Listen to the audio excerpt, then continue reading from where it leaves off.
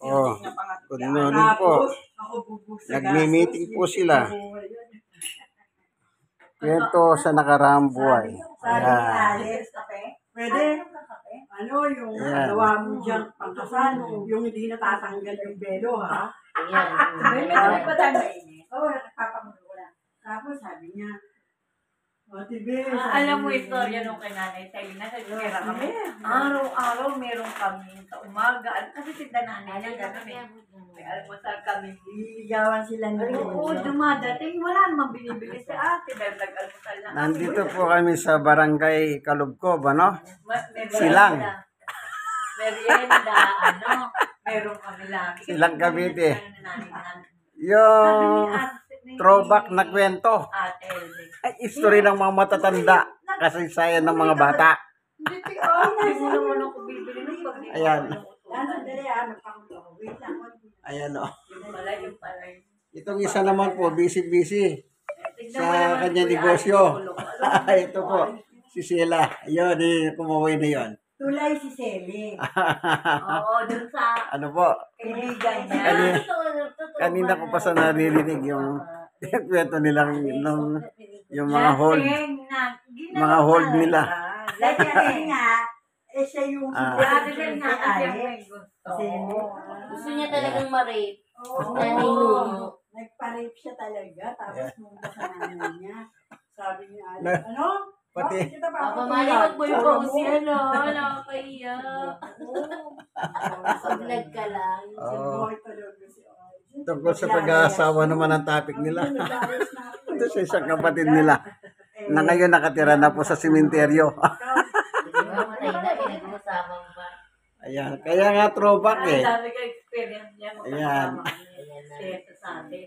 Punta ng mga Ayan na. City Hall. Masarap naman po talagang gunitahin yung mga kasaysayan ng kabatahan.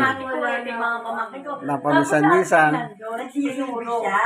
Sabi, Pamisan-misan. ayan, sabi niya. Ayan, katulong namin yun. Sabi ko, ate, sabi ko si Lolo. Hindi. Binumbong ko kay ate, alam mo nung wala kayong mga ka-office niya, bilhin ko ka ni ate. Ate, iputang si Gab. Kung sabi ko naman, naawa din naman ako dahil naka-ano. Ang puro pagpapahaba ng kukulo. Ang ano-ano ng Sabi ko, ikaw? Bakit nadagdagan pa anak mo? Wala pa si, si Choy. Choy ang bunso. Oo, ako yung Tapos dalawa. sabi niya, syempre, lasing ako na. Nire-rape ako niyan eh. Sabi ko talaga. Lasing ako, nilalasing ako. nakaharapan, pinag-iitan ko, mayroong babae, mayroong babae maganda. Yung kababa-babae, tanggal siya sa sitio. Ito maganda, ito ang dapat sa akin. Kasi susubo ka na din nalilita. Ang pinag-uusapan po nila, nakatira na sa simenteryo yun.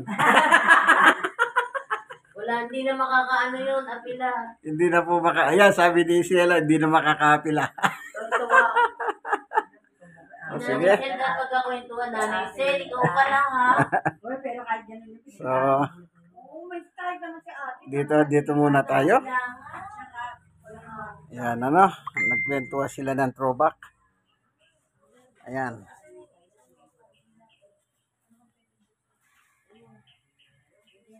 Kulay green. Kulay green. Green ang paligid. Yan.